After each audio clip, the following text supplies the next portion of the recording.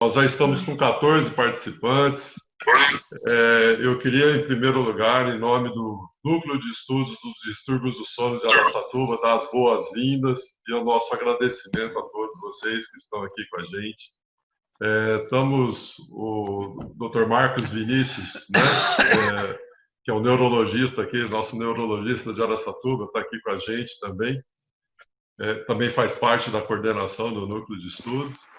Então, assim, hoje nós estamos felizes que estamos voltando às nossas atividades no formato virtual, né? No começo do ano nós tivemos reuniões presenciais, né? Porém, devido à pandemia, tivemos que dar uma suspendida, né, Marcos? Mas é uma satisfação muito grande para quem não conhece o Núcleo de Estudos, né? Nós somos um grupo multiprofissional, temos médicos de várias especialidades, dentista, fono, nutricionista, fisioterapeutas, né? E o objetivo é sempre o mesmo, né? Estarmos juntos para aprender, para discutir casos, trocar informações, discutir as atualidades nesse mundo da área do sono, que é uma área tão dinâmica, né, Dinho, né, Marcos? Verdade. Uma coisa que a todo momento está pipocando artigos, um melhor que o outro, trazendo informações importantes. E nessa visão multidisciplinar, né, a nossa proposta de cada reunião está trazendo um tema diferente. E hoje chegou a vez da odontologia, né? E a odontologia do sono. E uma das possibilidades das terapêutica da odontologia do sono exatamente é a cirurgia ortognática. Então nós ficamos assim muito agradecidos e honrados com a presença do Dr. Oswaldo Magro Filho. Às vezes eu vou chamar ele de Dinho pela amizade e proximidade que a gente tem, né? Mas é uma honra muito grande tê-lo conosco, viu, Dinho? O Dinho, que é professor da FOA, Unesp aqui de Araçatuba, é pós-doc em cirurgia ortognática, né? Tem uma carreira brilhante e ele vai falar um pouquinho para a gente sobre o impacto das cirurgias de avanço maxilomandibular no tratamento da apneia do sono. Dinho, eu vou deixar para você fazer uma apresentação mais completa do seu currículo, tá? Mas, mais uma vez, muito obrigado pela tua participação, meu amigo. Ficamos muito felizes de você estar aqui com a gente, tá bom? Nossa, você pode compartilhar a sua tela a hora que você quiser. Na hora de compartilhar, é só abrir e ela vai estar já inserida no... Naquela barra inferior ali, você tem um ícone verde que é Share Screen, né? É só você clicar e ela vai compartilhar a sua tela. Você coloca seu PowerPoint no modo de apresentação. Share Screen, tá. Isso. Aí é só ir. Ah, legal. Bom, pessoal, de maneira... desculpa um pouquinho. Eu só vou pedir para todos nós agora, nesse momento, desligar os microfones. Quem quiser deixar a tela ligada, a câmera ligada, sem problema. Mas só os microfones vamos deixar desligado para não interferir na apresentação do Dinho, tá? As perguntas, o Dinho se colocou à disposição. Quem quiser interromper a apresentação, fazer a pergunta durante a apresentação, não tem problema. Se preferir, pode escrever no chat, aí eu vou passando para ele, ou no final a gente faz um apanhado geral de todas as dúvidas, ok? É isso aí, legal. Dinho. Manda bala. Nossa, Dr. Fagnani e todos os componentes, né, desse núcleo de estudos do sono aqui de Araçatuba, é uma honra poder, não é pela primeira vez, mas dentro do estudo mensal, né, que deve acontecer, é uma honra poder participar com vocês. E eu espero que nos próximos 20 minutos a gente consiga discutir o tema, porque eu, de fato, não venho falar a favor ou contra uma das terapias para a apneia obstrutiva do sono. Eu venho mostrar uma meta-análise e comentar o que esses autores espanhóis querem, o que eles apontam, se a gente deve acreditar ou não no tratamento, como que a gente vai fazer isso para indicar cirurgia ortognática na área da odontologia do sono. Então, é uma análise crítica, vamos ver o que eles falam, e aí eu posso até ir colocando a minha opinião, né, durante a avaliação desta meta-análise. Mas, nos anos 90, nós nos organizamos ali no Hospital Santa Maria, na época, com um grupo de doutores, né, um pessoal da área da medicina. O Idelmo participava comigo também, e nós chegamos até a fazer um pequeno investimento cujo objetivo, naquele período, acho que 1997, 98, 99, nós queríamos montar um núcleo do sono lá. Faz muito tempo. E acabou não acontecendo naquela época. Nós chegamos a investir, esse investimento não aconteceu, porque não havia maturidade nem da população, nem maturidade de todos para discutir esse tema. E nota que agora nós estamos falando com a telinha, né? Nós estamos falando, conversando entre si sobre esse aspecto multiprofissional, multiespecialidade, para enxergar o paciente com o problema e o inferno que ele vive. Bom, eu comentei o Covid, mas eu sou um paciente que passei por quase todos os nuances para tratamento da apneia obstrutiva do sono. E comecei lá atrás com o meu drama, e cujo o Dr. Walter está acompanhando. O meu drama, aos 35 anos de idade, foi perceber um ronco ostensivo, um ronco muito significativo, e já comecei a usar o AIO ali atrás. E toquei a minha vida usando o aparelho intraoral até os 50 anos, até os 53, para falar a verdade, que é quando ficou maluca a minha vida. Além do ronco, a obstrução respiratória. Então, eu sou uma experiência viva de passar. Eu tentei o CPAP, eu não me adaptei. Eu tentei. Sei que é o padrão ouro, e nós vamos comentar isso em relação ao tratamento da apneia obstrutiva do sono. Mas a gente vê que no momento Covid, ele deixa de ser padrão ouro, né? Se for pensar especificamente os aerossóis e tudo mais. Mas eu tive que enfrentar uma coisa que eu achava que era uma coisa maior. E hoje, de fato, foi maior porque mudou minha vida. Mas eu não sei se é essa trabalheira toda, esse medo todo que as pessoas desencadeiam no tocante às cirurgias. Mas vamos comentar e vamos ver se é possível. Host disabled participar do share screen. Eu estou able ou disabled, Fagnani? Não, você está aí. Ó, eu estou able. Por que aqui está dando disable? Opa, peraí.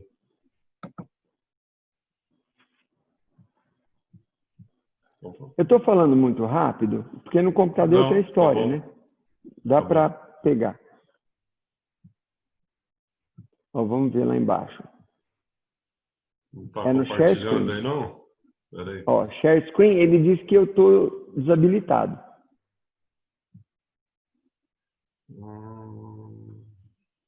Você acha que não vai queimar uma lâmpada do projetor? Lembra quando era projetor? Sempre queimava o meu.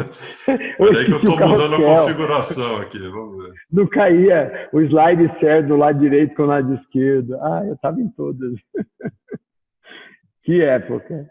Mas foi maravilhoso. Mas tudo bem que não tinha aplicativo, a gente não tinha grupo de nada, de WhatsApp.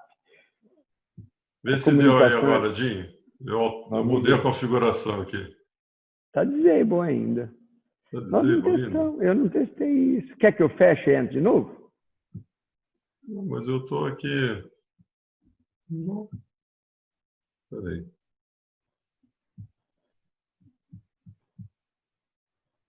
Deixa eu ver aqui se tem que entrar aqui. Multi-stop video. Acessibilidade está liberado. Por que não está dando certo aqui? Press ESC, disable.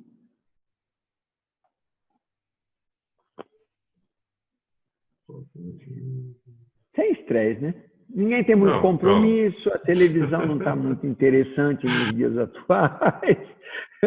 A gente vai ter que conseguir o able aqui. O Renato está com saudade dos projetores Kodak, lembra? E quando queríamos apresentar 3 telas ao mesmo tempo? 3 projetores. Que delícia. Você lembra só como é que era? Sei bem. A aula de Kodalite, para aprender a fazer fotografia. Quando surgiu o PowerPoint e como fotografar da tela do computador, nossa!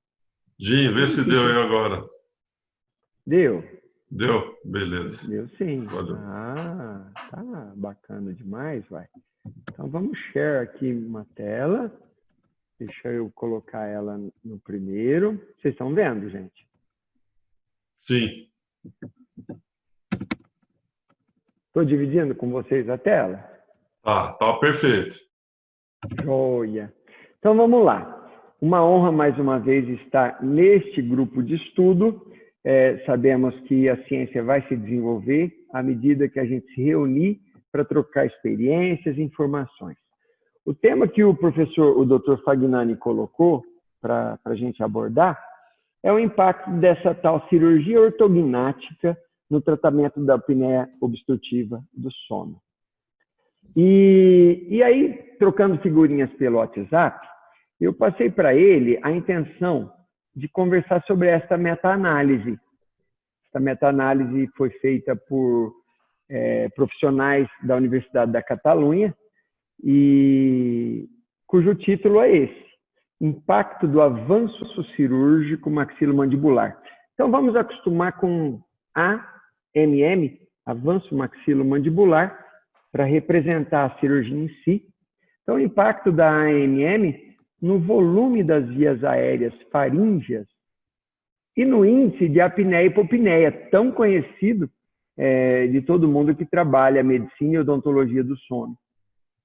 No tratamento da apneia obstrutiva do sono.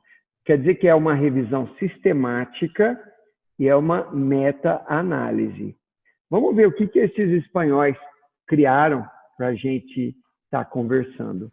Deixa eu ver se eu consigo mudar um negocinho aqui. Consigo. Vamos voltar no tempo. Na introdução desta meta-análise, os autores colocaram um dado histórico interessante. A partir em 1976, portanto, no século passado, esse autor, eu vou tentar ler, o Guilherme Naut e colaboradores, ele colocou que o avanço maxilomandibular, pela primeira vez, pode ser tido como um tratamento eficaz para pacientes com apneia obstrutiva do sono e que tenham um perfil facial retrusivo. Por isso que tem essa fotografia da Carla à direita. Ela será operada sexta-feira agora, lá no Hospital da Unimed. E ela tem um perfil facial retrusivo. A gente pode chamar também de classe 2 esquelética. São pessoas que acabam tendo uma convexidade em detrimento do desenvolvimento da mandíbula. Ao longo da nossa vida de ortognática, as pessoas nos buscavam com maior frequência por causa destas deformidades dentofaciais. Mas elas não tinham ideia que a vida esportiva delas era ruim por causa da conformação da face. Então, elas não respiravam bem. E também não tinham ideia que o ronco e a apneia obstrutiva tinha uma conexão com esse estilo facial. Quer dizer que todo mundo que fazia ortognática e fez durante estas décadas encontrou um resultado sem saber que, no futuro, esta seria uma técnica cirúrgica indicada para tratar a síndrome, que é literalmente esse movimento, avanço maxilomandibular, que, deixa eu pôr uma ponteirinha laser aqui, o avanço maxilomandibular, através das técnicas de osteotomia que nós mais conhecemos, que é a Lefort 1 de maxila e a sagital bilateral de mandíbula.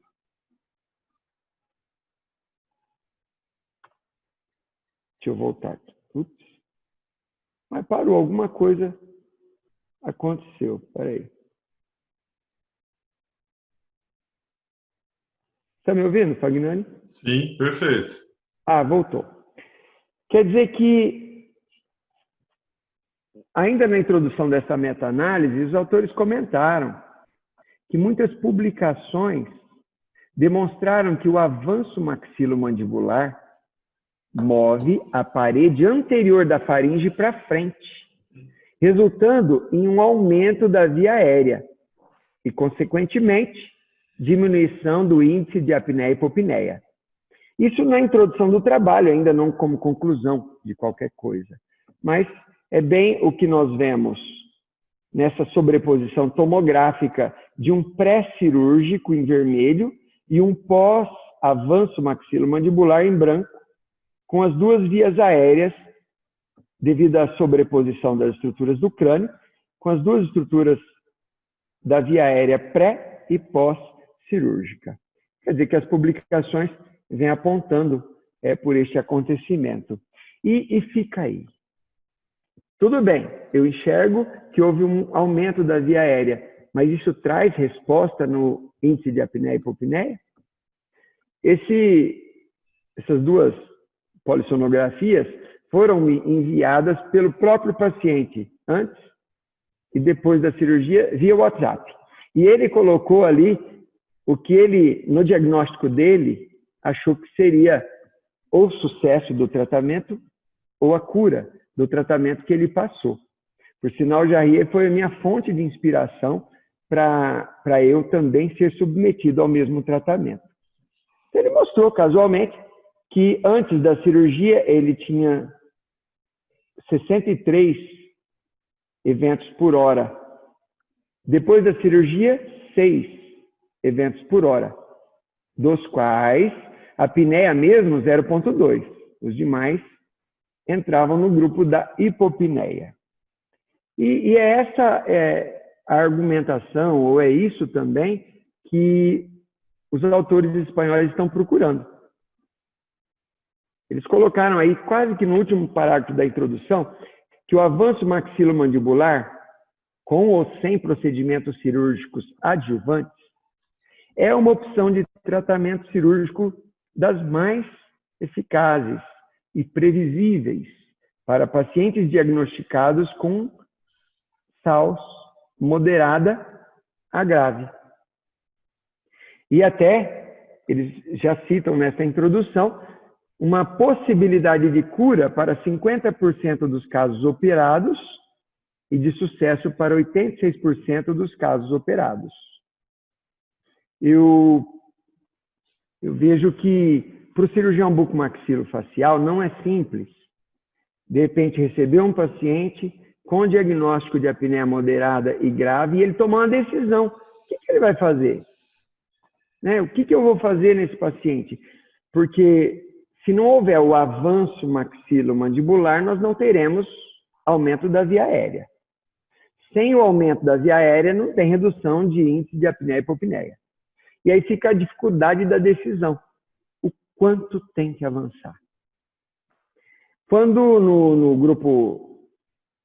nesse grupo de estudo, o doutor, oh meu Deus, ele é de São Paulo, Fagnani, se lembrar o nome, ele contou-nos aqui da sonendoscopia, ou da fibroscopia do sono, Arturo Carpes.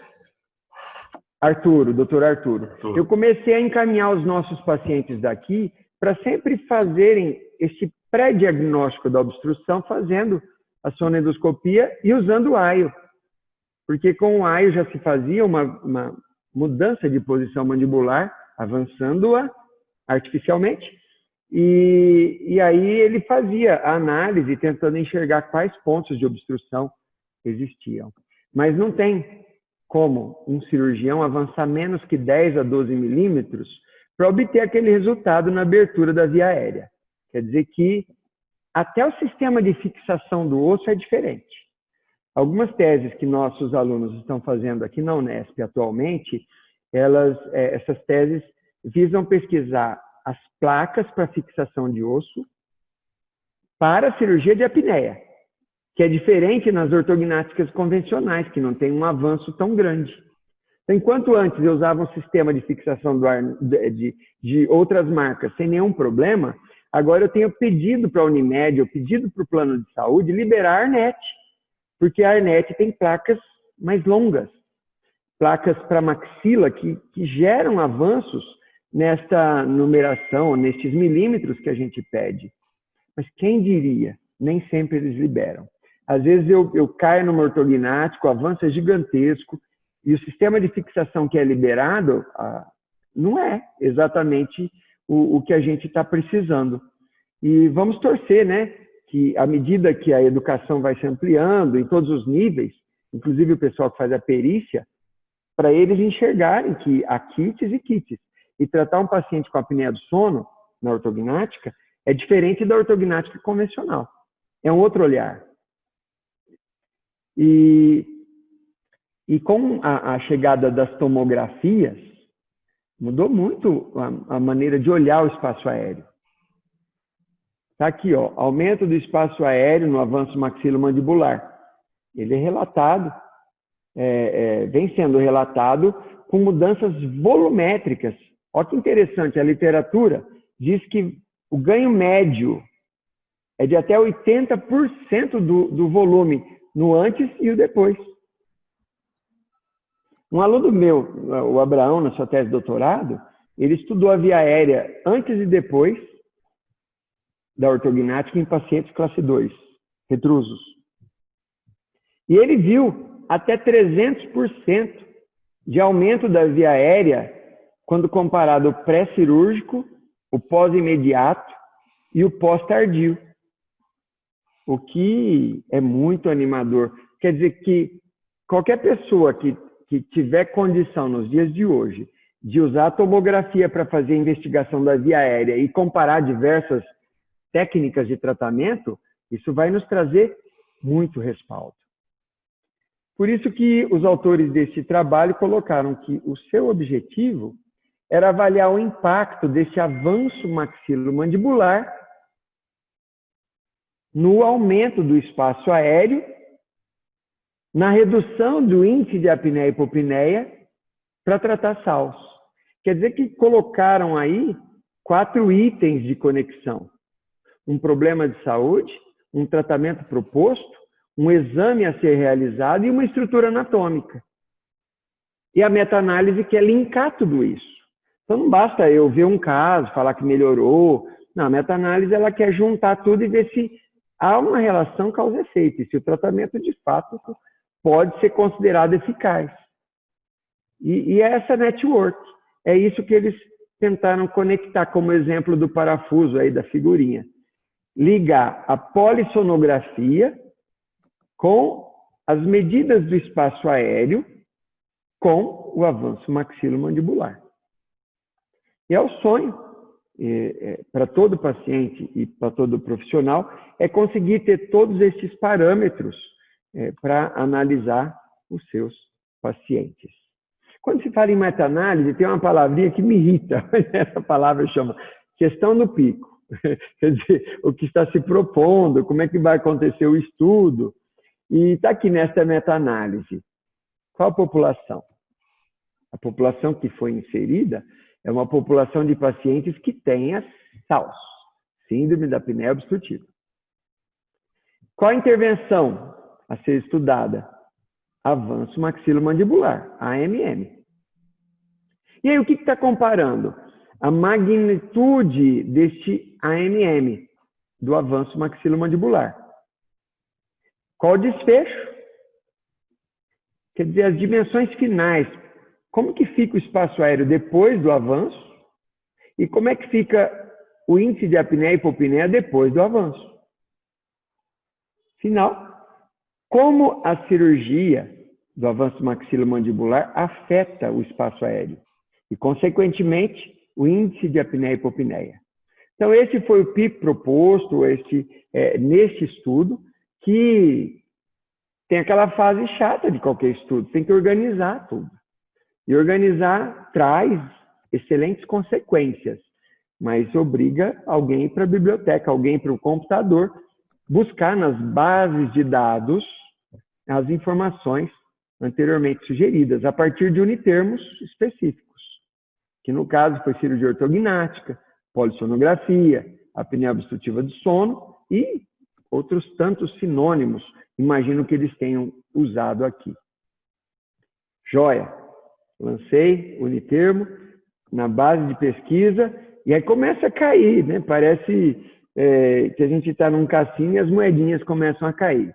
496 artigos para meta-análise, para eles fazerem todo esse estudo. A pena é que o funil, ó, o funil desses litros de líquido vai decantar apenas algumas gotinhas. Quando eles colocaram, primeiro, o critério de artigos duplicados, às vezes publicados em línguas distintas, o que for, 491 já cai para 385. E aí, com outros critérios de filtragem, caiu num N de 20. E aí, por outros motivos e razões de exclusão, o N final de artigos que poderiam passar por essa interconexão foram 8 artigos apenas. Pouco, né?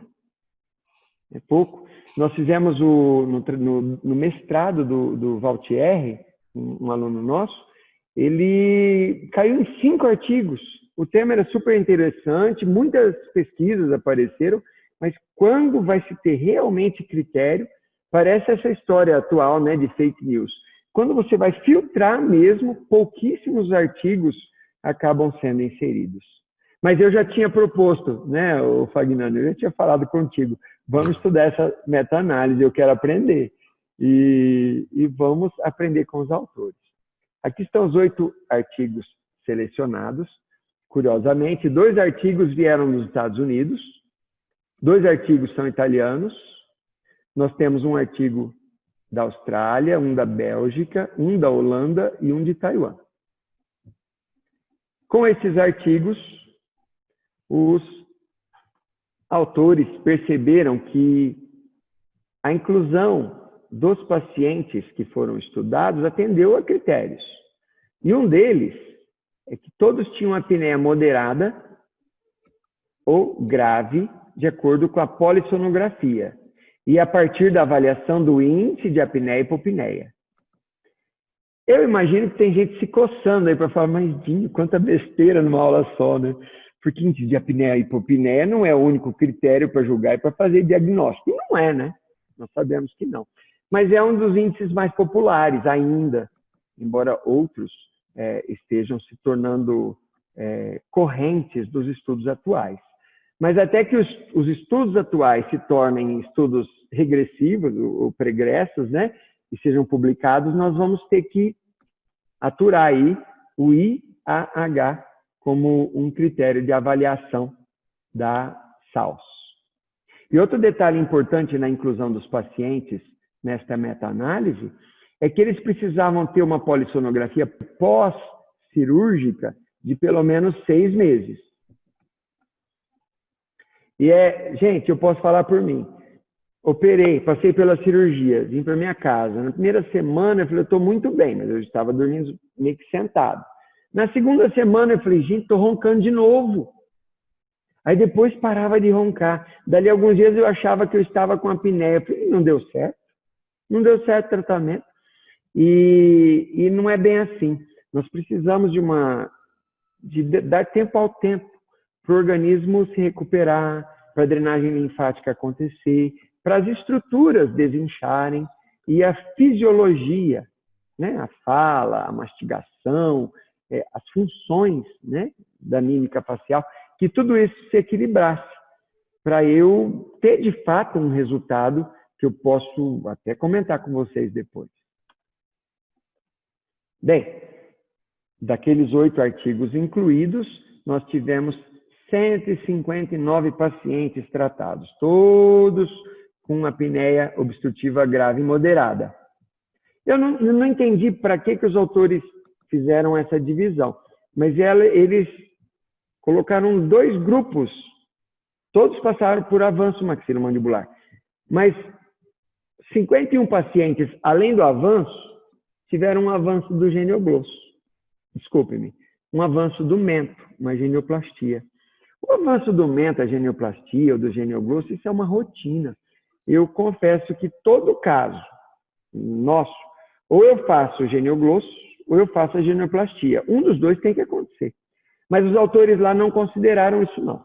Eles separaram o avanço puro da maxila e da mandíbula do avanço maxilomandibular mais genioplastia, da qual, na minha prática, né, na minha maneira de enxergar, ou vai acontecer uma genioplastia sempre, ou vai acontecer o avanço do genioglosso, que avança a musculatura, mas não avança a estrutura óssea. Como um todo, não. daí não interfere na estética de forma negativa. Nesse estudo, como já era talvez até esperado, nós temos mais homens participando que mulheres, e vista a estatística mesmo, a questão dessa relação da síndrome da apneia obstrutiva do sono e o gênero. Ainda falando sobre os pacientes incluídos, os autores da meta-análise tomaram cuidado de colocar que os pacientes que aqui participam, eles não foram capazes de aderir ao CPAP. O que para eles é aderir ao CPAP? Usar mais de 4 horas por noite e pelo menos 70% das noites. Ou então, aqueles pacientes que falharam em cirurgias adjuvantes anteriores. A gente chama esse tipo de paciente como fase 2. Então, um paciente que tentou fazer ovulopalatoffaringoplastia, que tentou fazer só genioplastia, o avanço do mento, ou que tentou outras técnicas, que fez a polissonografia e descobriu que não funcionou. Então, eles voltam para a gente para fase 2, para fazer o avanço maxilomandibular.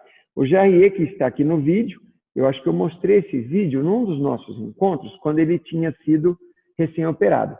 Ele aqui comentava alguma coisa nesse nuance CPAP e todo incômodo.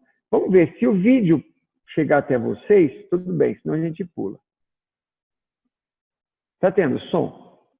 Não. Não. Então, gente, vocês vão me perdoar, eu ainda não aprendi a compartilhar nas aulas os vídeos. O Jair está contando que ele usou AIO, se adaptou bem numa fase da vida. Quando eu propus a ortodontia de preparo para a ortognática, onde tinha que criar uma discrepância, eu passei para ele usar o CPAP. Não dá para usar o AIO e o aparelho fixo na boca. Então, ele passou a usar o CPAP. Agora, um desafio para todos nós. Eu acho que dá para usar o Invisalign no preparo dos pacientes cirúrgicos e talvez colocar alguns recursos, viu, Valtinho? Vai uma ideia. Alguns recursos protrusivos e usar o Invisalign para preparar, descompensar os dentes e ainda manter a função AIO noturna. Não sei, tem que descobrir com a Invisalign, isso é um alinhador, na verdade, não tem que ser, não tem que conectar com essa empresa. Mas descobrir uma maneira do paciente ir trocando as goteiras semanais e colocar algum dispositivo de protrusão, para mantê-lo em protrusão durante a fase de preparo ortodôntico. Tá? Vai uma ideia, porque com aparelho fixo não tem como, pelo menos eu desconheço uma maneira de usar o aparelho fixo e usar o AIO.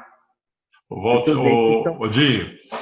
Oi. Nós temos uma colega aqui, a Estela Mares, que é lá de Cuiabá, ela é dentista, e ela é credenciada pelo sistema EMA, é um sistema americano de AIO, né? De aparelho de avanço, né? E não é um alinhador, mas é uma placa do material, ela pode depois explicar para a gente, ela trabalha com esse mecanismo de avanço. Depois ela poderia, ou agora, ou mais no final, se ela preferir, Estela Mares, você passar para a gente alguma posição, né? Se seria possível esse dispositivo de avanço dos aparelhos EMAs ser adaptado aos alinhadores. Porque exatamente é o que eu vou precisar criar uma descompensação. Se o paciente é retrognata e eu conseguir criar nos dentes uma distância anterior-posterior, vai ser melhor para a ortognática, porque eu vou avançar mais. Né? Mandíbula, a gente vai avançar as estruturas. Oi. Oi, tudo bom? Tudo jóia? Conta aí, querida. O EMA, ele tem essa facilidade, sim, porque ele pode, é um botão que ele é colocado sobre a placa. Só que aí teria que, a cada avanço, né, do Invisalign, alguma coisa, ter que trocar aquele dispositivo e colocar, porque o avanço é feito através do elástico.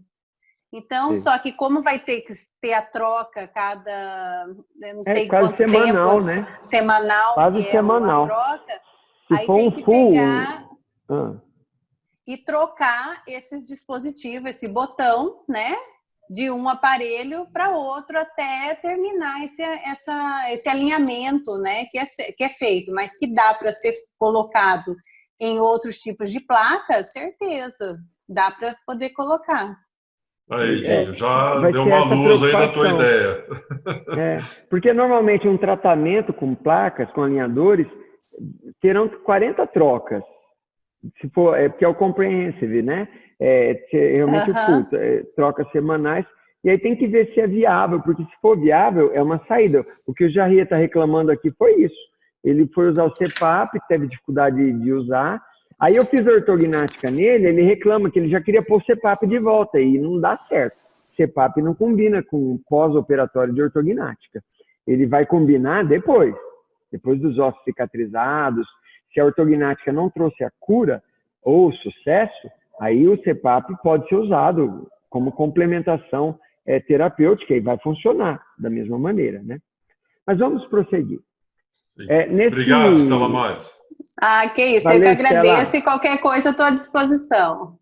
Viva Cuiabá. Eu quero visitar essa cidade maravilhosa de novo. É linda, adoro Cuiabá. Mas vamos dar sequência aqui. Os autores espanhóis, eles colocaram qual foi o critério de sucesso e cura que eles adotaram e o que eles procuraram nos 8 artigos. E aquilo que a gente sabe, né? O índice de apneia, hipopneia, menor que 20 e dando uma redução pelo menos de 50% para cada caso, é considerado sucesso. Então, não significa que a pessoa está sem apneia do sono, mas significa que ela reduziu pelo menos 50% dos eventos e ficou abaixo de 20. O que seria o critério de cura para esses autores? Ter um índice de apneia e hipopneia final menor que 5 por hora. E é claro que o que a gente tem que complementar aqui, sem dessaturação importante de oxigênio, né? Porque se eu tiver uma apneia por hora e essa apneia me dessaturar durante um tempo muito longo, isso pode ser fatal. Apenas comentando o detalhe que ela não acresceu aí. Bem, em cima disso, nós vimos o critério de inclusão dos pacientes, nós vimos os detalhes, critério de cura, sucesso, né? Quais foram os resultados para os dois grupos? Dois grupos, quer dizer, o avanço maxilomandibular com ou sem o avanço do método. O que aconteceu? Deixa eu mudar essa aqui de lado para eu poder ler o resultado aqui. Nos 159 pacientes, o índice de apneia e hipopneia pós-operatório variou de 4,8 a 29. Quando eu olhei esse espectro, eu falei, ixi, quer dizer que tem muita gente doente ainda. Mas deve ter muita gente curada.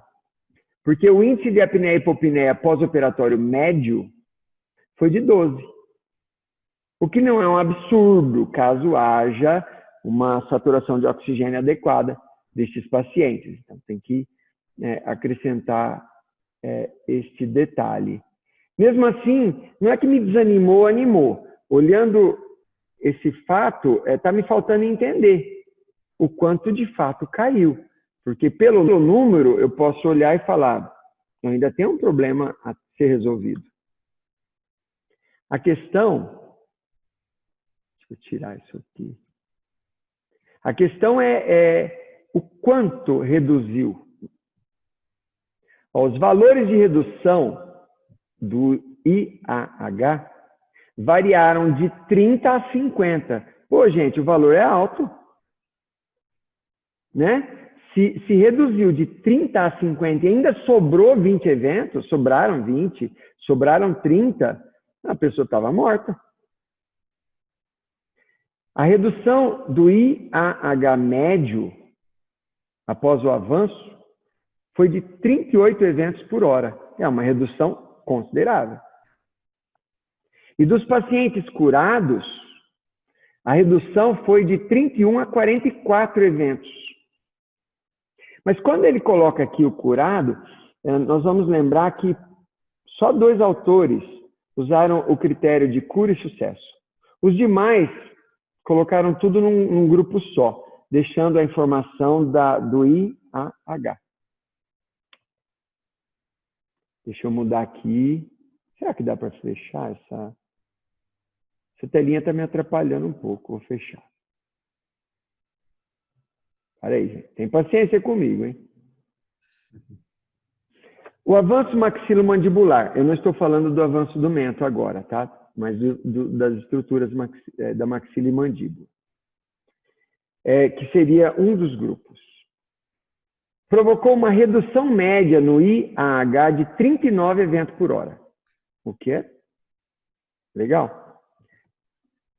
A magnitude do avanço da maxila teve um efeito significativo na redução do IAH. Ó, o que os autores estão conectando? A cirurgia com IAH. Eles não estão falando do espaço aéreo aqui. Eles estão falando da magnitude do movimento ósseo só. E esta foi a relação de mudança e redução do índice de apneia e hipopneia. Portanto, quanto mais eu puder avançar a maxila, melhor para o paciente. E eles colocaram ali como taxa de sucesso, que rate, acho que é success rate, SR, para os dois grupos aqui. Então, não teve a separação da cura. Eles colocaram que a taxa de sucesso foi de 87% no grupo que tinha aumento também e de 90% no grupo simples ou puro do avanço maxilomandibular. Agora já vimos a relação do esqueleto e do índice de apneia e hipopneia. Prosseguindo na meta-análise, vamos para o grupo do avanço maxilomandibular e avanço do mento. Houve um aumento do espaço aéreo linear. Espaço aéreo linear, aqui em vermelho, se eu medir da parede posterior para a anterior, eu terei milímetros, terei linhas. No espaço naso, oro e bucofaríngeo, dependendo da referência de medida do plano. O que se viu é que o ganho médio do espaço, de forma linear, foi quase de 5 milímetros. Portanto, eles devem ter avançado 10 milímetros e teve um correspondente do tecido mole de 50%, que já nós vamos ver que isto é uma verdade. A relação do avanço maxilomandibular e o aumento do espaço. A cada 1 milímetro adicional de avanço mandibular, implicava um ganho de 0,5 milímetros do espaço aéreo. Portanto, a proporção do avanço do esqueleto com a parte mole da via aérea é de 50% no avanço. Odinho, não é um... Oi, fala. Nessa questão dessa proporção, não é levado em consideração, por exemplo, a condição de massa muscular desse paciente, de se ele é obeso ou se ele é um paciente mais magro? Não existe uma diferença? Só dois artigos aqui informaram mudança do IMC do paciente. Durante a leitura, eu não consegui detectar esse tipo de informação do IMC, mas parece-me que, pelos valores que eu vi de todos os 8 trabalhos, o IMC era elevado destes pacientes. No meu dia a dia, a maioria dos pacientes de apneia que atualmente estou operando não são pacientes obesos, não são pacientes com IMC lá em cima. São pacientes com um IMC mais próximo daquilo que a gente aceita, né? Mas a tua consideração, Fagnani, é extremamente importante. A gente percebe o volume das estruturas moles. E será que, né, num IMC mais elevado, eu teria um correspondente menor que isso? É outra meta-análise para fazer, né? O duro é colocar aquele monte de artigo no funil e conseguir peneirar alguns sérios, né, que nos permitam chegar a algum tipo de conclusão e deduzir se de fato o tratamento é eficaz. O problema é esse. Mas esses espanhóis, eles chegaram, né, a falar algumas, deram boas dicas para a gente. Para cada 1 milímetro de ganho do espaço aéreo, quer dizer, 2 milímetros de avanço do osso, o IAH era reduzido em 3,58 eventos por hora. Quer dizer que se eu quero avançar 10, eu tenho uma redução de 35 eventos por hora. Aí eu tenho que entender o meu paciente, se ele tem 30, 40, 50, 60, 70 eventos por hora, e mais ou menos fazer algumas contas para ver aonde que a gente quer chegar. Porque talvez avançar só 10 milímetros não resolve para um paciente que tem 40 eventos. Talvez eu tenha que avançar 12, 13. São coisas, viu? Obrigado, Fagnani, por me fazer estudar. São coisas boas que esse artigo trouxe para a gente que precisa decidir o movimento cirúrgico. Planejar a cirurgia ortognática é o pesadelo. Nem sempre executar é o pesadelo. É ter certeza que o seu projeto vai surtir o resultado. Isso que a gente está vendo. E lá a execução é tornar tudo aquilo passivo, de forma que o projeto virtual consiga ser completamente transferido para o paciente. Então, essa é a curva de aprendizado de todo cirurgião. Ele tem que chegar num ponto que a cirurgia é mais tranquila, né? Que ele consiga fazer os movimentos com segurança de que está alcançando o resultado. E é bem isso. Quanto maior,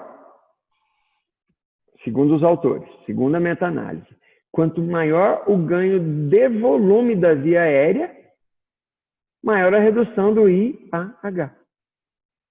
Portanto, se num caso de apneia eu puder preparar a boca ortodonticamente para avançar o máximo possível, mais a via aérea abre, maior a redução do IAH.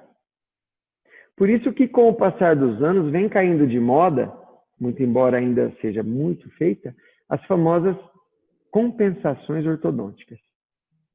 Nós não queremos compensar nada, nós queremos avançar o máximo possível para o paciente respirar melhor.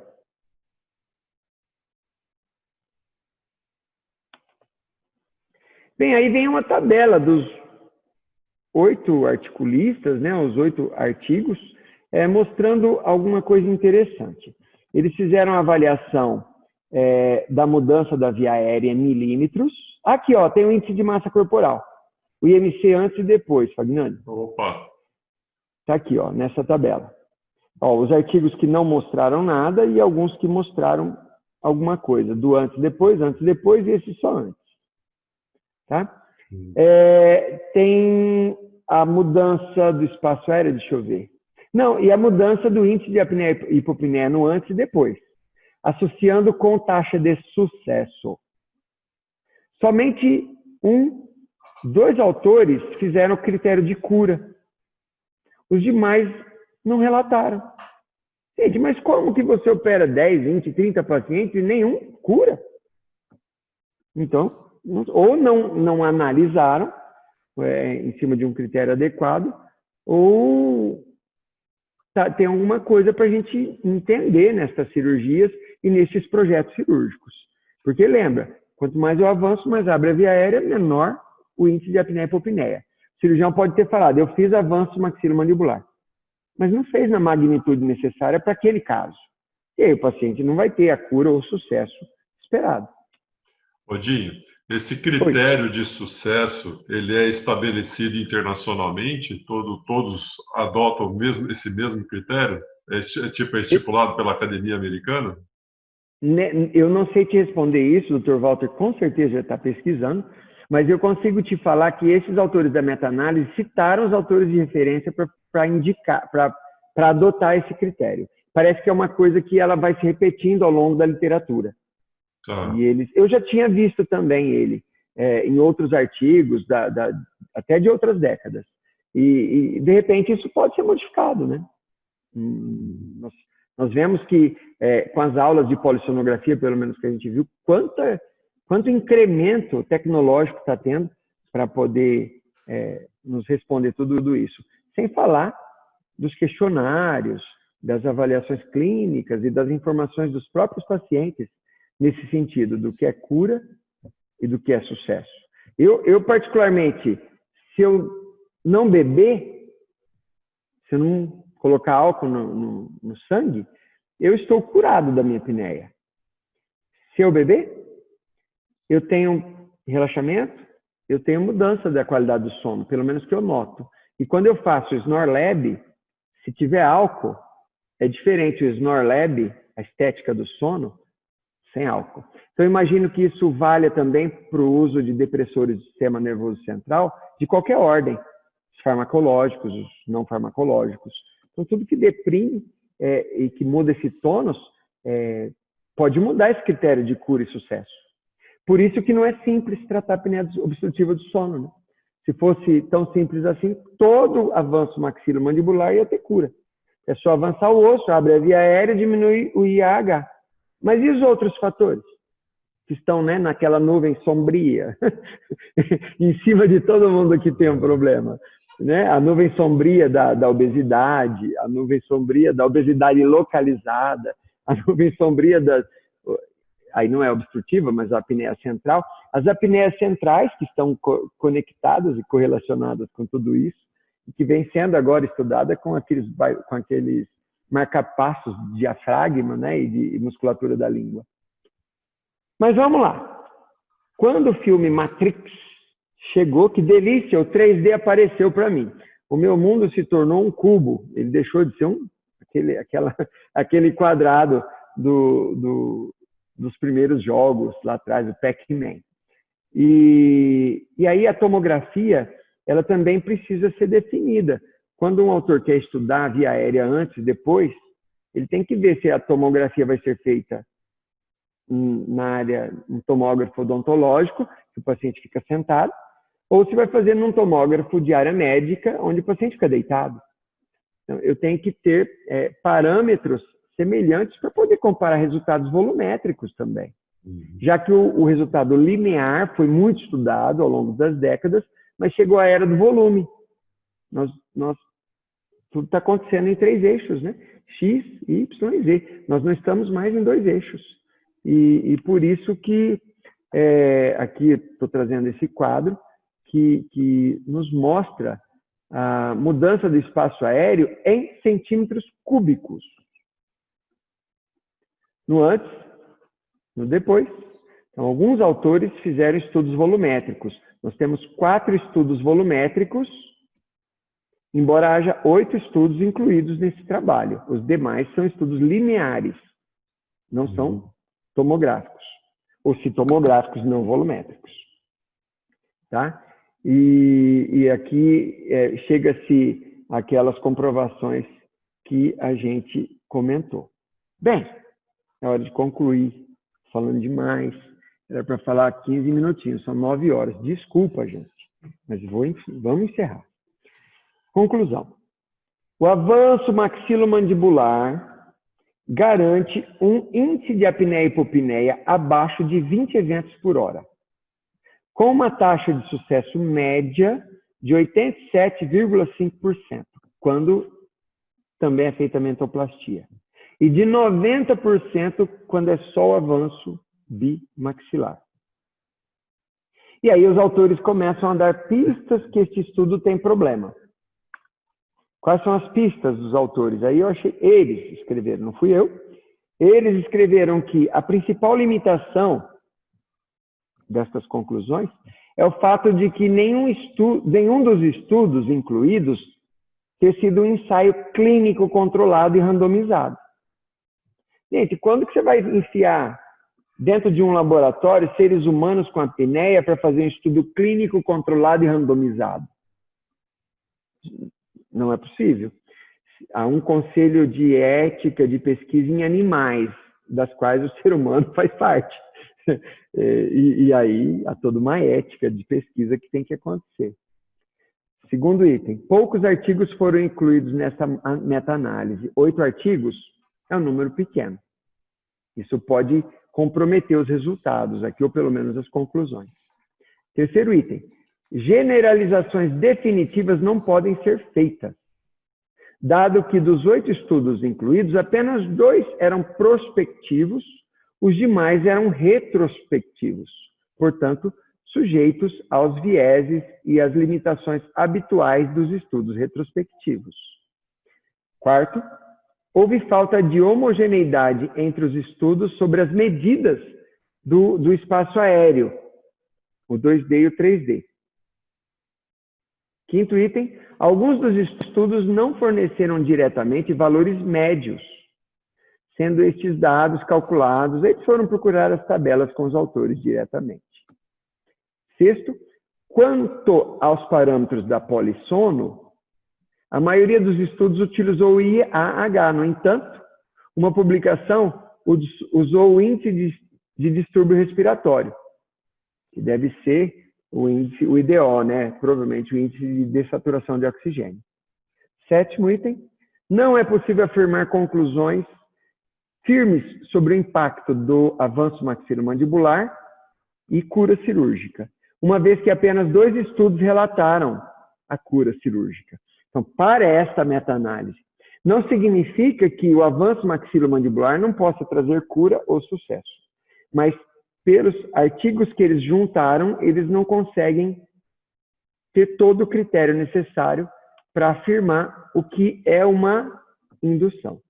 E aí vocês vão falar para mim, Dinho, para que você discutiu esse artigo, então, se os autores trazem tantas dúvidas da própria meta-análise?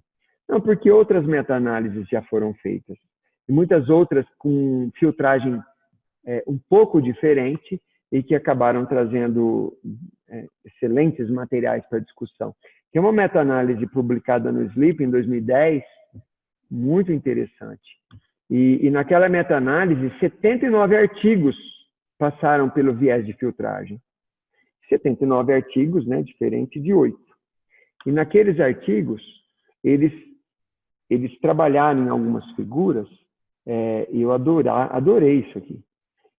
A mudança do índice de apneia e hipopneia antes e depois da ortognática por um autor, 2 autores, 3 autores, 4 autores e por aí vai.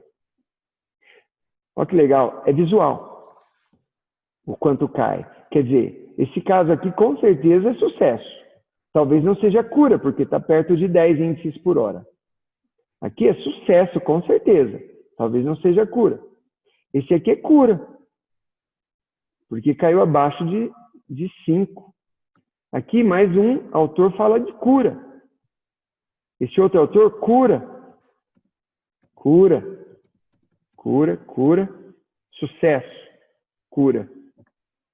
Isso aqui, falando de tratamento, avanço maxilomandibular, para tratar a apneia obstrutiva moderada e grave. E estágio 1, quer dizer, pacientes que não foram mexidos. Não passaram por cirurgias prévias ou outros tratamentos. E nesta meta-análise, eles separaram outros autores e resultados, falando da fase 2. Quer dizer, o paciente já foi operado, fez alguma coisa que não funcionou. E aí nós temos algumas coisas que dão discrepância. Nesse autor aqui, sucesso, sucesso, sucesso, cura. Aqui nada. Que cirurgia será que eles fizeram? Muito discrepante dos anteriores. De repente, sucesso, quase cura, sucesso, sucesso, sucesso, sucesso, sucesso. Essa meta-análise me anima mais com o que eu enxergo, com o que a gente presencia com os pacientes que a gente opera. E foi por isso que eu me submeti à cirurgia ortognática. E foi por esses fatores que a minha birretrusão foi tratada. Postei isso no Instagram. Aqui a gente, né, o meu perfil pré-cirúrgico. Não tinha grandes problemas ortodônticos para se resolver, mas eu tinha uma deficiência assim, horizontal de maxila e mandíbula. Eu não tinha um alinhamento da glabela com os dentes, numa vertical verdadeira aqui, ó. Com o avanço, nessa análise de Andrew, agora eu vejo que os dentes estão batendo com a minha glabela. Portanto, é onde se esperava que as minhas estruturas tivessem sido desenvolvidas para ter uma via aérea normal. E o meu Biologix pós-cirúrgico, ele tem ficado em índices bem animadores. Claro que a minha evolução, o meu envelhecimento prossegue. E muito embora eu esteja numa fase boa do tratamento do avanço maxilomandibular, talvez no futuro eu precise de AIO. Talvez no futuro eu precise de CPAP. Talvez no futuro eu tenha que fazer alguma outra terapia coadjuvante. Mas com certeza, aos 53 anos de idade, o avanço maxilomandibular para mim me trouxe cura. Me trouxe algo que é incrível. Eu ir deitar, não precisa colocar nada na boca, não precisa ligar nenhum aparelho. E é todo dia, né? Toda noite, o ciclo se repete. Eu vou tranquilinho, me deito, né? E acordo 6 da manhã, desperto. 5 da manhã, desperto. E não é insônia. É vontade eu passo por aquele despertar gradual. E é vontade de entrar no WhatsApp, mandar uma mensagem, fotografar o sol nascendo. Porque muda a qualidade da vida da gente. Deixa eu voltar agora o nosso toque.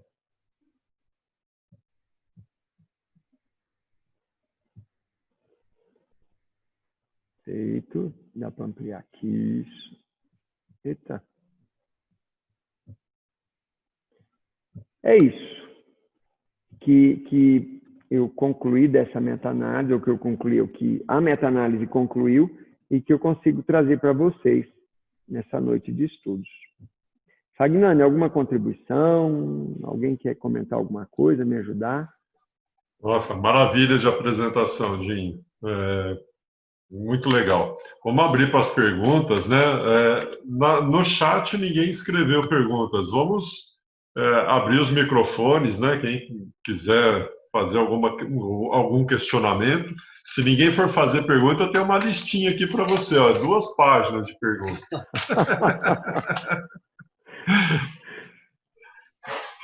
Alguém se manifesta? Senhor, parabéns, fantástico. Eu gosto do jeito que você expõe, porque você tem uma experiência clínica que dá esse background para você, né? Você se suporta nessa experiência clínica e agora até como paciente, né? E eu sempre falo para os meus colegas, né? Que às vezes a gente participa de eventos juntos e tudo. Eu sou apneico também e sou tratado há 18 anos e sinto, né, uma diferença muito grande, a qualidade de vida e tudo. E eu uso todos os aparelhos que surgem no mercado, eu uso. Eu uso exatamente para eu poder ter essa percepção do que o paciente vai me dizer e o que ele vai me relatar e como eu posso tentar manejar de forma mais adequada cada detalhe de um modelo de aparelho em relação a outro e tudo mais. E você teve essa experiência tanto no IO como também na cirurgia ortognática, que é o teu dia a dia, né? Que é o teu dia a dia clínico. Então, eu acho que isso contribui demais, inclusive, para gerar segurança no teu paciente que vai ser submetido. Se você já falava isso com segurança antes de passar por isso, agora, então, eu acho que fica mais tranquilo, mais fácil, né? Você conseguir. Você não está conseguindo fechar a tela, né? Você está vendo a gente? Eu estou. Agora eu tá tô. vendo? Tira o compartilhamento da tela. Desliga Deixa eu lá, então. Stop share. Pronto. Aí você vê todo mundo. Legal. Né? Então, é isso que eu queria te dizer, que realmente agora você tem mais ainda ferramentas para poder explicar de uma forma teórica, prática e de vivência mesmo os benefícios que você está sentindo, né? Exato. E é interessante que o Valtinho é paciente dele mesmo, né? E eu fui paciente do Valtinho muitos anos e talvez no futuro eu precise voltar a ser paciente seu, vai saber, né? Porque o ciclo prossegue e nós sabemos que tônus não é só a estrutura esquelética, me deu um ganho de décadas talvez de vida. E se deu décadas, se vai me dar mais 1 ou 2 décadas de vida, o tônus vai continuar na sua evolução natural. Talvez eu me torne obeso, vai saber. E eu faça alguma outra terapia complementar o que não vai descartar nunca um aio, uma mola nasal, ou descartar uma cinta, ou descartar um CPAP, uma fonoterapia, musculação adequada, né, das estruturas que colapsam durante o nosso sono. Mas isso que você está falando assim, é o diferencial que eu vejo. O Fagnani também faz muito isso, esse acompanhamento a longo prazo. Ele pega ainda a criança, né, e consegue ter um acompanhamento muito longo, né? E essas mudanças, eu trato mais adulto, mas essas mudanças que eventualmente que vão acontecer em todas as pessoas, elas são mudanças evolutivas, né? Da idade, do envelhecimento, das estruturas que vão ficando mais flácidas, mais relaxadas, do uso de medicamento. A gente vai se tornando pacientes de outras comorbidades, né? A gente tenta levar uma vida saudável, mas às vezes a gente tem que tomar uma medicação ou outra, e que essa medicação também possa contribuir eventualmente para um relaxamento maior, uma depressão do sistema nervoso central, e aumentar ou voltar ao problema de ronco ou obstrução, ou o uso do álcool eventualmente. Mas o que você falou é muito importante, porque somente esse follow-up, esse acompanhamento criterioso vai ditar se a pessoa pode continuar nesse tipo de terapia. Por exemplo, se você vai estar ad eterno com a tua ortognática adequada, ou você precisará de uma outra terapia. Isso a gente fala para os pacientes que são colocados no aparelho intraoral.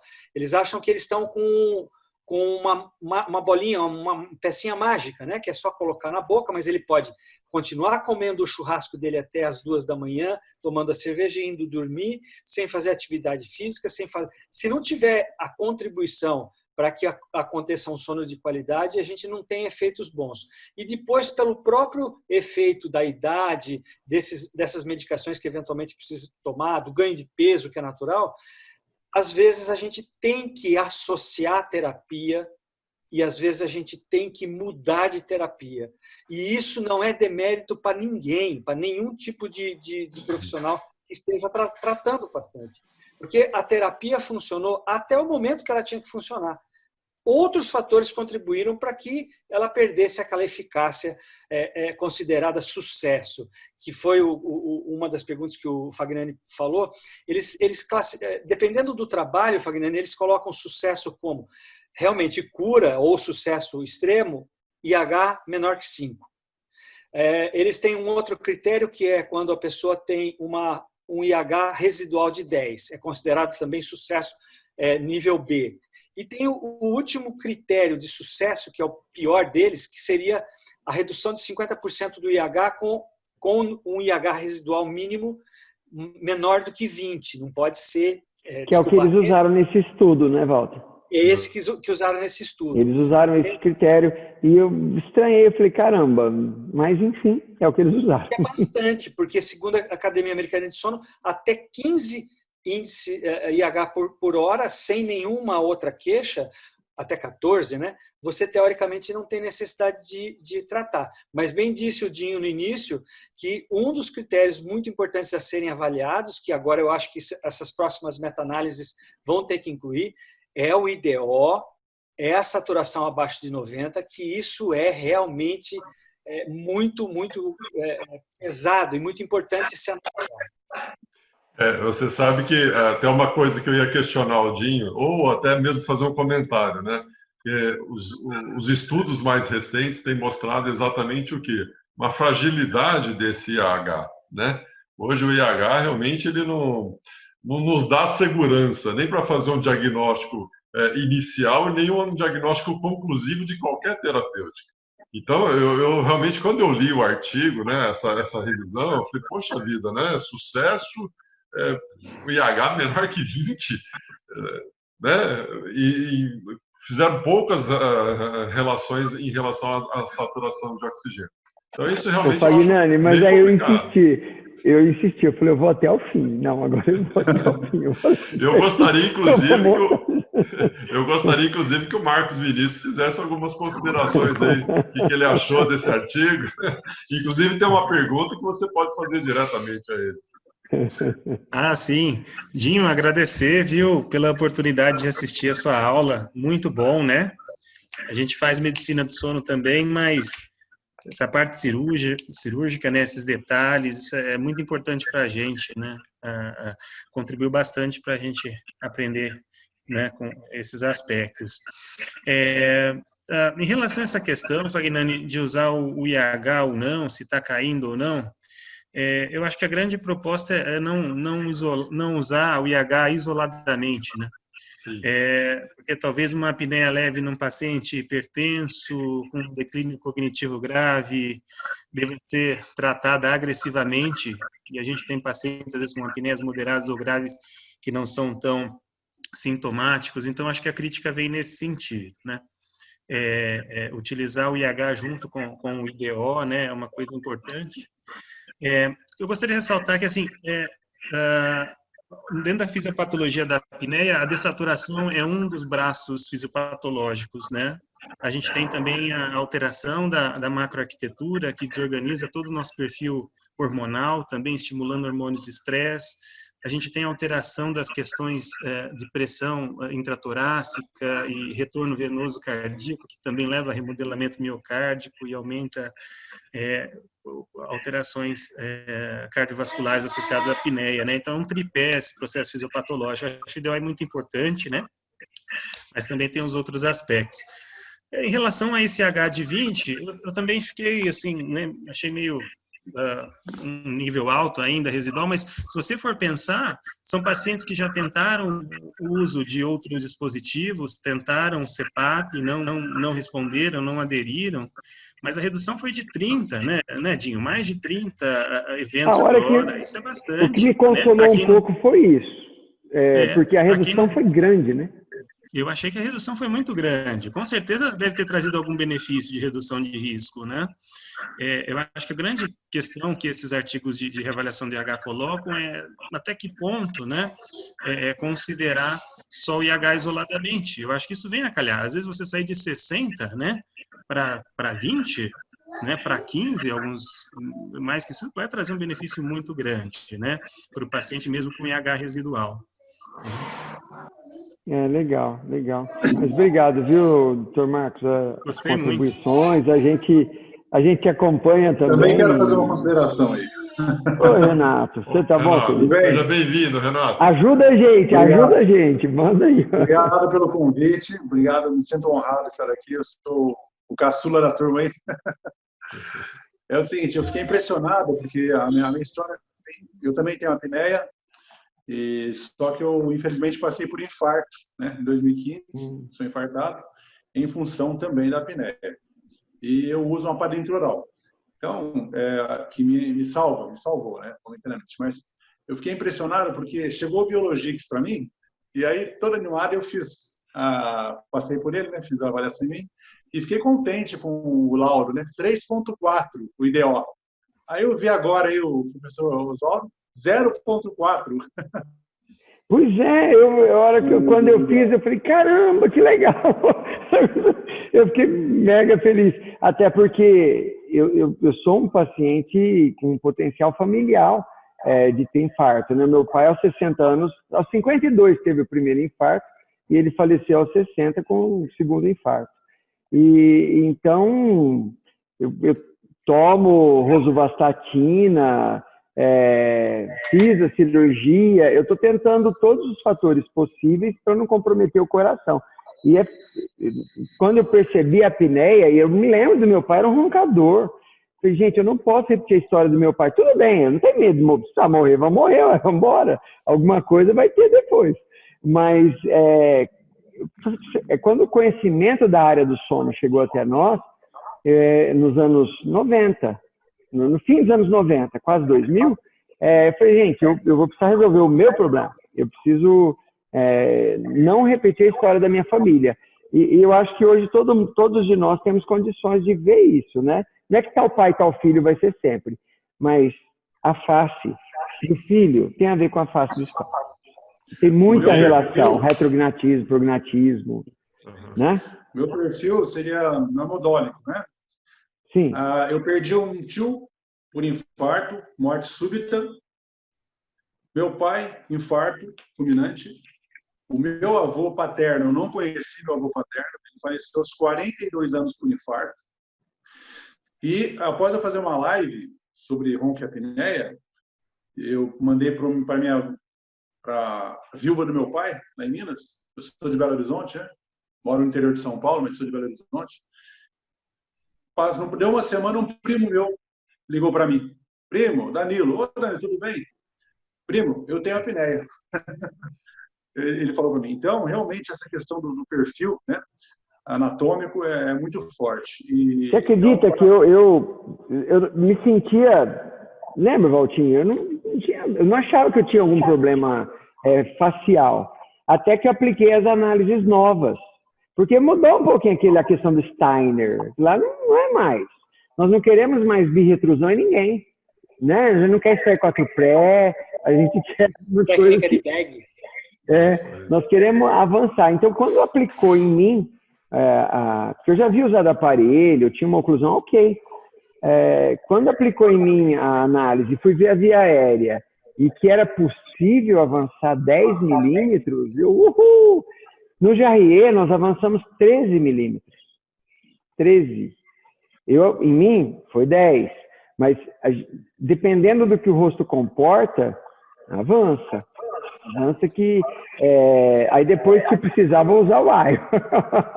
Não, mas é aquilo, o Renato, a gente, agora com o conhecimento que temos em mãos, que você tem, que eu tenho, a gente não pode ser ingênuo, não, porque a apneia do sono é um infartinho toda noite. Né? Toda noite, se fizer a avaliação das enzimas de morte muscular do miocárdio, né? Todo dia de manhã tem enziminha lá. Alguma coisinha morre. Dinho, vamos só dar um andamento em umas perguntas aqui, até pelo avançar da hora. Eu não sei se foi o Marcos Vinícius ou se foi a Bruna que fez a pergunta, né? Ela perguntou assim, olha, gostaria de saber qual a sua posição em relação a pacientes classe 1, se você faz a cirurgia bimaxilar e deixa o paciente biprotruso, e em relação aos pacientes classe 2, você faz o tratamento ortodôntico prévio ou você utiliza o benefício antecipado e a orto posterior à cirurgia? Hoje há uma tendência a gente fazer o benefício antecipado para os pacientes classe 2, desde que eu tenha uma oclusão mínima aceitável ou que eu consiga fazer uma previsão computadorizada nos alinhadores. E aí eu jogo uma ortodontia pós-cirúrgica. Mas tem que ter um critério rígido de controle horizontal para não dar uma mordida aberta, que isso poderia comprometer um Invisalign depois, um alinhador qualquer. Quanto à biprotrusão, você acredita que nenhum paciente nosso operado até hoje ficou biprotruso? Nenhum. Todos que eu achava que estava no classe 1, uma face bacana, quando avançou, ficou melhor. Todos. Posso uma hora assim, juntar as fotos, tentar organizar, até para minha análise crítica. Mas eu não me lembro de nenhum paciente se queixando que meus dentes estão muito protruídos. Ou coisa assim. Mas ainda sobra a questão, quando isso acontecer, de extração de pré-molar, né? Se avança, ficou protruso, tem inclinação de protrusão, extrai pré e retrai. Ou perde a ancoragem, que seria o melhor esquema, perde a ancoragem e deixa os dentes se mesializando, que aí seria muito melhor para... Mas é aquilo, eu quero tirar a biprotrusão, tem que verticalizar um pouquinho, retrair um pouquinho. Mas não tem sido a queixa, tá? Por exemplo, eu não achava que eu precisava de um avanço. Hoje, assim, há um detalhezinho ou outro de hábito da foto do perfil e tal, mas eu não me enxergo mais birretruso. Não me enxergo. Aquele outro rosto, não quero mais, não. Não é crítica àquele rosto, mas tudo que avança, estica, traz tantos benefícios funcionais e até estéticos, né? Até estéticos, às vezes. Mas a gente avalia, viu? A gente tem que ter certeza que não vai acabar com a estética do paciente, porque eu não posso criar um monstro depois, né? Não posso fazer isso. Ô, É Dinho, porque eu eu gostaria falo de te como fazer uma... ortodontista. Desculpa. Oi? Perdão. Não, pode falar. Não, Bruno, por favor, pode falar.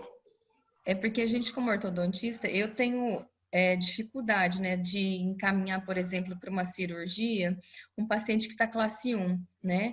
Sei. E é muito mais fácil, e eu já até encaminhei para você, paciente que é classe Sim. 2 para fazer cirurgia. E aí, a gente tem essa questão que eu até gostaria depois que você falasse se tem alguma coisa nova diferente, porque o que eu analiso é a análise cefalométrica, né? Então eu Então, utilizo. o que Só a que eu não gente... sei se isso é diferente com você. Desde que essa questão de espaço aéreo vem sendo valorizada, e por essa pesquisa, essa meta-análise provou, espaço aéreo tem a ver com IAH. Espaço aéreo menor, IAH pior. Espaço aéreo maior, IAH melhor. Então, desde que isso acontece, prognata, retrognata, paciente classe 1, 2 e 3, eu olho a via aérea. A partir daí, defino o tratamento. Então, às vezes, eu não posso... A paciente já é protrusa, mas eu não posso colocar a maxila para trás. Eu poderia, talvez, extrair pré e pôr a pré-maxila para trás, mas a maxila inteira, jogar o palato mole, não posso. Embora, do ponto de vista esquelético, isso possa ser feito. Então, eu parto hoje do princípio, para todos os casos de deformidade orofacial, primeiro olhar meu é o espaço aéreo e um Biologix, um questionário Stop-Bang, para saber clinicamente e no laboratório se tem alguma possibilidade da apneia obstrutiva.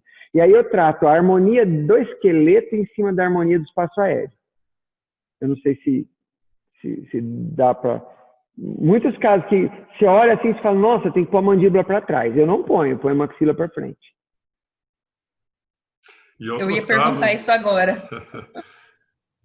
E outros casos, né, Dinho, como esse último que a gente está fazendo junto, de fazer a própria a otimização da via aérea, né, da nasal, né, nasofaríngeo, né, fazer ali uma turbinectomia, um septo, alguma coisa para auxiliar na melhora respiratória do paciente também. Eu acho que principalmente aí, né, as correções transversas de maxila são importantes, como você mesmo sabe, falou, e adere a essa técnica de tratamento. Além das correções transversas, fica aí. Corneta e septo, se quiser operar antes, por necessidade, faça-o. Mas a ortognática é o melhor momento para eu ver tudo aquilo. Porque simplesmente a maxila está abaixada e o corneto está inteirão exposto, visualmente falando, num platô frontal. E o septo, claro que eu não vou lá para cima, no timóide, não. Vamos ficar aqui embaixo. Mas o septo, aquilo que é muito grosseiro e que está, de fato, criando desvio e obstrução, pela ortognática, pelo acesso da LEFOR 1, é bem fácil de alcançar. Mas nada impede do bucomaxilo trabalhar com o otorrino para fazer ovulo-palato-faringoplastia associada. Eu gosto muito do avanço genioglosso associado. Então, você pode fazer, além do AMM, algum outro tipo de trabalho em tecido mole para maximizar resultado. Isso pode ser junto, ou isso pode ser separado, mas pode fazer parte da lista do projeto de tratamento do paciente. Eu costumo olhar dessa forma hoje. Beleza. Odinho, eu vou te fazer uma pergunta em relação assim, à questão, se você tem algum, não é referente a essa meta-análise que a gente estudou hoje, mas em relação à recidiva, não recidiva esquelética, né, mas do quadro da apneia do paciente, né, que foi feita uma abordagem terapêutica com a cirurgia de avanço maxilomandibular, e mesmo assim o residual dele ficou muito alto, ele teve uma recidiva em pouco tempo, tipo 3, 4, 5 anos depois. E se você considera a associação de outras terapias e principalmente a questão da fono, como que você enxerga a fono associada à cirurgia? É fundamental, porque é como a articulação temporomandibular. O paciente fez ortognática, depois começa a desenvolver uma disfunção. Sei lá, coincidência, ou não. Aí, tudo é ortognática, a pessoa esquece que ela tem uma articulação que sempre teve, que agora, nesse momento, ela pode dar problema, o disco está deslocado, você pode ter uma interferência sistêmica, uma fibromialgia, uma alteração no FAM e outros fatores causarem a DTM. Então, não significa que fez a cirurgia ortognática, caiu o IAH e que no futuro não vai precisar, né, por uma recidiva, fazer alguma coisa. Agora, pensa, a recidiva, o que para a gente pode ser recidiva, pode ser simplesmente um caminhar natural do envelhecimento. A gente pode julgar como recidiva, mas pode não ser. Aquilo pode ser natural do aging, a perda de tônus muscular, que são esses outros fatores que a gente conhece. Então, tem que estar, sim, atento. Eu tenho que estar atento até o fim da minha vida. A ortognática funcionou? Deu resultado? Eu estou super bem? Sim. Eu, quando começo a falar da cirurgia em mim, sério, é antes e depois. Virou um momento importante na minha vida. Mas eu não posso ficar numa ilusão de que mais para frente eu não volte a roncar, ou eu não volte a precisar de uma terapia de apoio, porque num aio, né, Walter? Num aio, protruo e seguro em oclusão. Eu posso ter a minha mandíbula lá na frente, se ela cair, acabou, né? O ganho Então, a relação de fechamento bucal pode ser importante, você tem que descobrir a causa. O que é que está, de novo, né, depois de anos de uma ortognática, gerando uma possibilidade de obstrução. Então, eu tento ficar olhando causa, onde está a causa, onde está a causa, procurando. Eu estou com um paciente operado de 1 ano, ele não teve cura, não teve o sucesso que eu esperava, o avanço foi de 12, o espaço aéreo dele abriu um monte, se eu te mostrar a tomo antes depois, você vai falar, cara, o espaço aéreo abriu, então o IAH tem que diminuir, a meta-análise provou que diminui. Não diminuiu.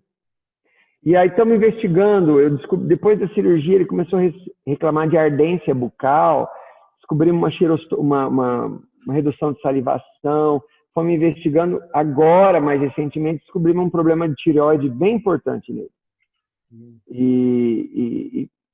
E pode estar ligado, porque ele não tem fator, ele nem ronca, ele não tem ronco, ele continua... Eu fiz polissono nele, a apneia, ele não tem ronco. Mas ele na polissonografia, o ronco é 0. Ele tem sonolência diurna, ele continuou. 1. Então, é aquilo daqueles autores lá, estragando uma amostra inteira. Mas é aquilo, a SALS pode ser obstrutiva, mas pode não ser só obstrutiva. Agora estamos procurando fatores endócrinos, hormonais nele, e já chegamos a algumas conclusões importantes. Agora, se é ovo a galinha, temos que continuar pensando. Será que a apneia causou esse problema das glândulas? Ou é o contrário? Porque eu já resolvi a causa. O espaço aéreo está resolvido. É aberto, é uma coisa, é gigante o espaço aéreo dele hoje. Tanto é que ele voltou a usar CPAP e não funcionou no pós. Agora, aí ele comprou um CPAP mais específico, aqui o nosso neuro pode falar, mais específico para a apneia central. O que trouxe algum resultado. Mas, em seguida, a gente descobriu a questão da glândula e a investigação prossegue. Eu espero... Ele depois começou a tratar a questão hormonal e da glândula, ele está se sentindo muito melhor. Então, eu estou aqui. Estamos tentando investigar. Mas o espaço aéreo, via aérea dele, está resolvido. Não tem o que fazer mais ali. Beleza. Dinho, uma última pergunta para a gente encerrar. O que você considera o maior obstáculo à indicação da cirurgia ortognática? Por coisa que a gente pessoalmente, nós já conversamos sobre isso, né? Você acha que é severidade de patologias, é uma falta de informação dos colegas que por alguma limitação, por medo, ou falta de conhecimento da técnica cirúrgica? O que você acha que hoje a gente tem um nível de indicação de tratamento cirúrgico para apneia tão baixo? Não resta dúvida que o momento mais perigoso da SALS é uma pessoa mais velha. E uma pessoa mais velha tem comorbidades, e as comorbidades assustam. Mas elas esquecem que muitas das comorbidades elas só existem por causa da morbidade principal, a apneia obstrutiva. Elas são consequência, não causa. E acaba desviando a atenção para aquilo que é fundamental, tratar a apneia obstrutiva do sono. Eu tenho certeza que é um iceberg essa história, só a pontinha do gelo está para fora, E no tocante à cirurgia ortognática e uma indicação mais massificada, como deveria acontecer, e não aconteceu ainda, e eu não sei se vai acontecer, isso tem a ver com outros obstáculos, né? Obstáculos do custo, o obstáculo do plano de saúde, o obstáculo do acesso, também não ter tantos profissionais em condição de executar bem esse tratamento, porque a curva de aprendizado, vocês sabem, você viu, é uma curva de aprendizado louca da cirurgia bucomaxilo. A gente fica décadas para poder estar naquele ponto de ter segurança e fazer uma coisa que, sabe, carreira solo, né? É meio complicado. Mas eu acho que ainda o fator ignorância do que a cirurgia pode trazer ainda é o principal, que não traz tantos pacientes para a gente. Sério, deformidade dentofacial acontece em 5% da população. Deformidade. A apneia do sono acontece em qual porcentagem da população? É muito maior. Não é? E por que eu opero tão poucos pacientes de apneia do sono e opero muitos pacientes de deformidade dentofacial? Eu tenho um grupo de pacientes para setembro, outubro. Agosto, setembro. Eu tenho 5 em Belém, tem 3 aqui, tem 3 em Rio Preto e tem 2 de Cascavel. Destes, 2 eu vou operar ainda e um eu já operei, por causa de apneia. Os outros é tudo por deformidade. Então, eu confesso para vocês que há uma ignorância. Esse assunto ainda não é veiculado. A gente faz trabalhinho, tenta mostrar no Instagram, no Facebook, mas não é isso. A comunicação interpessoal acontece hoje de forma que a gente desconhece. Eu ainda não entendo como que nós vamos fazer para informar as alternativas de tratamento, incluindo aí a ortognática. Não é que a ortognática vai substituir nada, não, mas incluindo, sabe? O hall, dentro do hall, do padrão ouro, nós temos isso, aquilo, outro, e também a ortognática, como uma possibilidade, quando bem indicado. E talvez até que a própria literatura não é muito animadora, né? Como a nossa própria revisão que a gente acabou de estudar, né? No sentido assim, para quem não está bem familiarizado com a coisa, ou começa a pegar, só ler a conclusão desse artigo e fala, poxa, mas IH de 20, de repente... não, quando eu vi... Se não souber interpretar direito... Eles agruparam tudo. E quando eu fui olhar detalhado, muita gente estava no índice abaixo de 4, abaixo de 5, vocês viram lá? Oscilava de 4 a 30. Então ele misturou tudo. E o IH médio final, né? O IH médio 12. Final foi 12,4. Lembrar que abaixo de 15, sem sintoma, para a academia americana já não é diagnóstico de apneia, né? Então, tem algumas questões aí, eu até achei considerável, viu, Dinho? A gente faz medicina do sono, mas eu tenho pouco contato com a estratégia cirúrgica, né? Por ser neurologista, a gente tem mais mão com CPAP, mas apesar de ter encaminhado recentemente já um paciente para você, não sei se já chegou, né? Chegou, eu consultei. Como ele se chama, você lembra? É o Marcos Moda. Sim, está planejado. Dá para abrir a tela dele aqui ou não? Tem jeito de abrir, ô Fagnani? Não abre, né? Não, você vai ter que compartilhar a sua tela. Aí confunde tudo. Não, mas ele está planejado. E é um avanço bimaxilar maravilhoso ali. Maravilhoso. Porque volta aquele conceito, Fagnani, que o IH isolado, né, talvez não seja realmente o melhor parâmetro para a gente definir sucesso. Esse, inclusive, provavelmente vai ser um dos próximos assuntos nossos, né, Marco? Do nosso grupo de estudo. Vamos botar esse assunto na roda e vamos destrinchar ele. A fragilidade do IH. Acho que é um tema bem importante. Mas você sabe uma coisa que eu acho... Oi, desculpa, Valtinho, pode falar. Só falando, aproveitando a fala do Marcos e também comprovando, né, esse contexto todo, o IH de 20, o IH. O que é IH? Todo mundo sabe. É apneia ou hipopneia, que seria a obstrução de 10 segundos de 90% ou mais do fluxo aéreo associado com esforço, apneia.